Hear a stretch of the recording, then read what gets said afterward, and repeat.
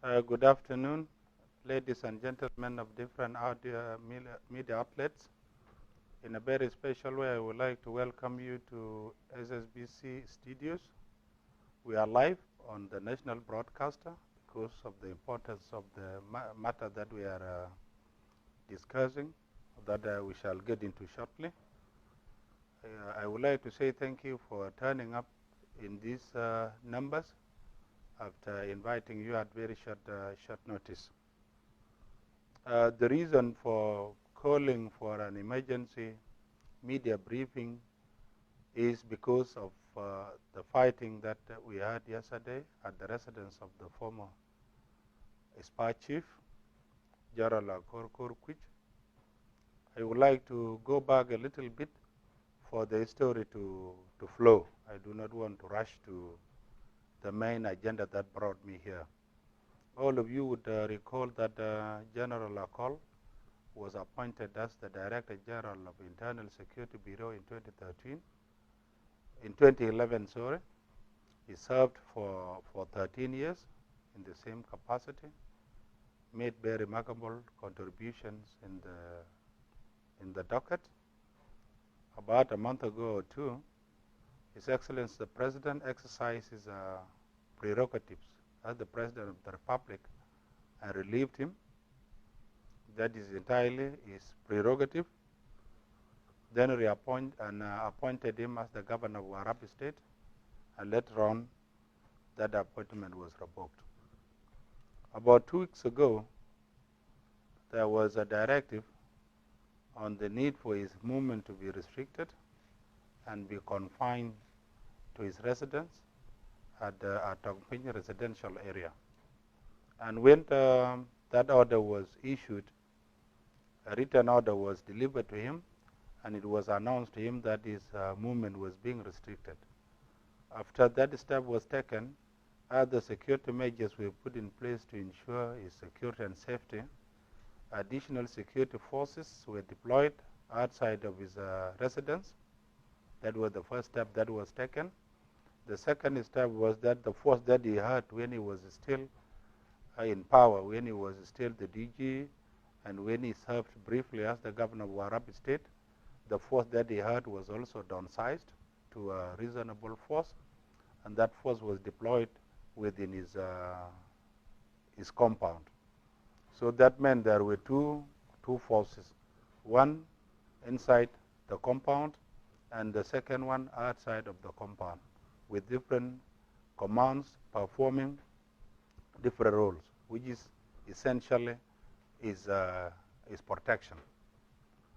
Yesterday in the morning, or there in the afternoon, there was another directive. That directive was on the need for him to be relocated from his residential area in Thongpiny to his second residential area in Jebel.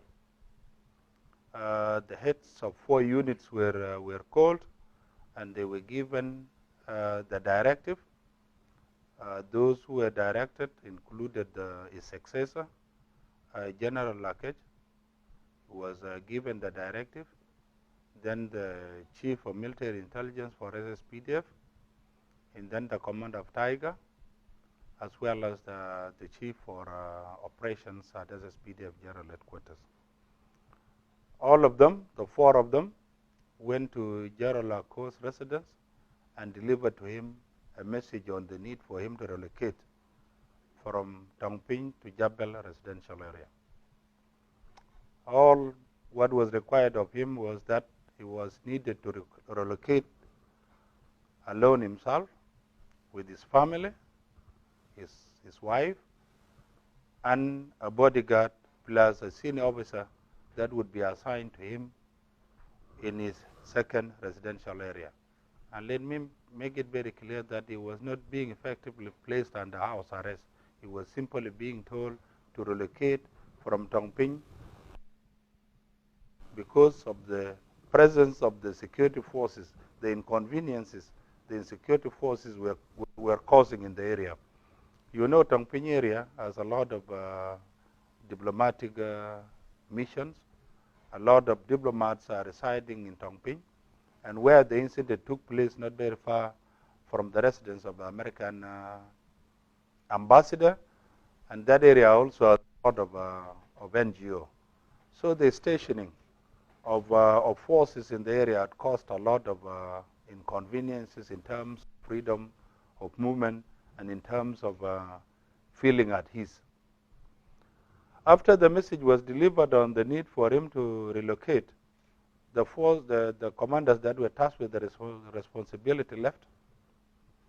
Then there was a third force now that came on the scene to enforce the directive by way maybe of providing extra security and escorting him. Now the confusion started building up.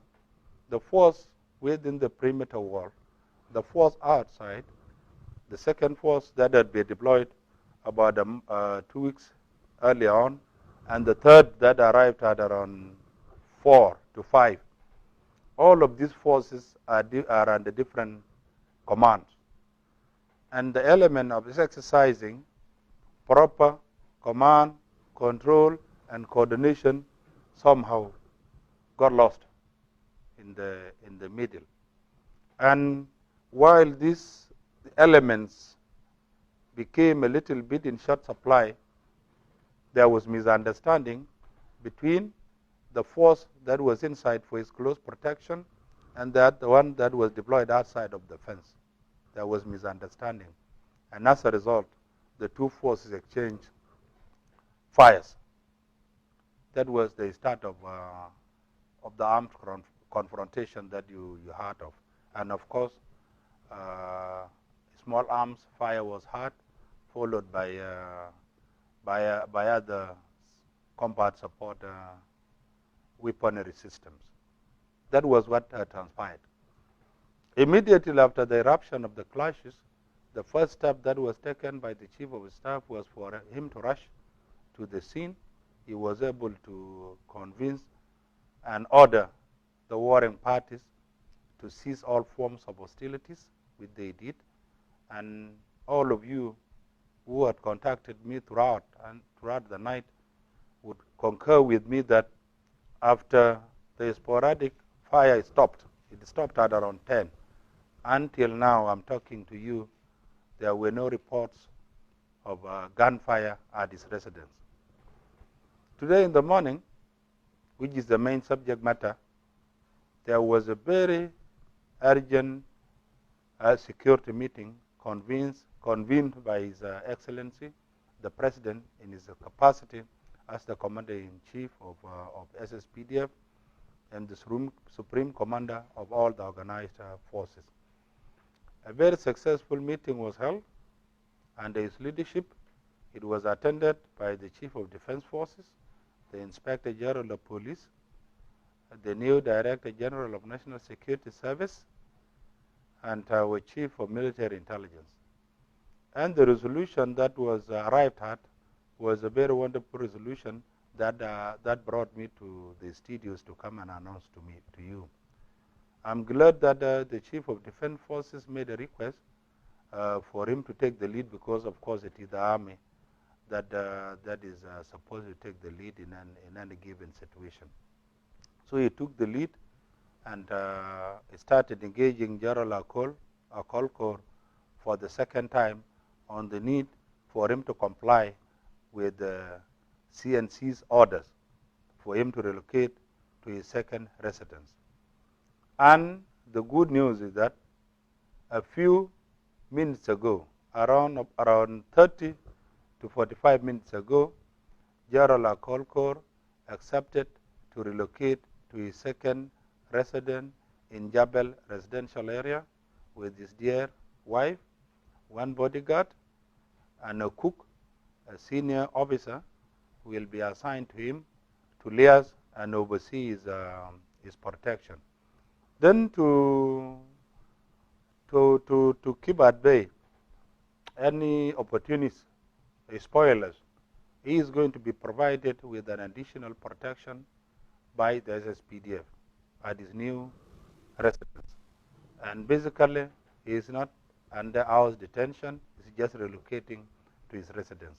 This is the biggest news that I have come to report to you, that the gunfire that we heard yesterday was not planned. What they had ordered for it, it was a misunderstanding, and as a result, we are able to successfully resolve it without unnecessary more bloodshed. And I'm taking this opportunity to inform the people of South Sudan that the problem has been successfully resolved. Whatever is remaining would be an administrative issue. How did the fighting begin? Those who were directly involved, how did they end up fighting? Was there anybody that gave order? So those officers that were involved in the fighting will be subjected to administrative measures so that we know exactly what had terribly gone wrong. And of course, there is a saying that when two elephants fight, the grass suffer. We are registered 4 fatalities. A total of 4 people lost their lives. We had lost 2 servicemen, one who was from the security force that were inside the compound, and the other one from the one outside of the fence. Then we registered 2 civilian casualties. 2 civilians were crushed to death by our armored personnel carrier, armored personnel carriers, the Babad el-Sukarda. When they were maneuvering, they were maneuvering left and right. They unfortunately and intentionally crushed to death 2 civilians. In the crossfire, we registered 2 civilians that were shot and wounded. I was told one is a student at the University of Juba, and the second one, the Maulana. All of whom are in stable condition. We were able to retrieve the dead, taken to mortuary, the wounded to hospital.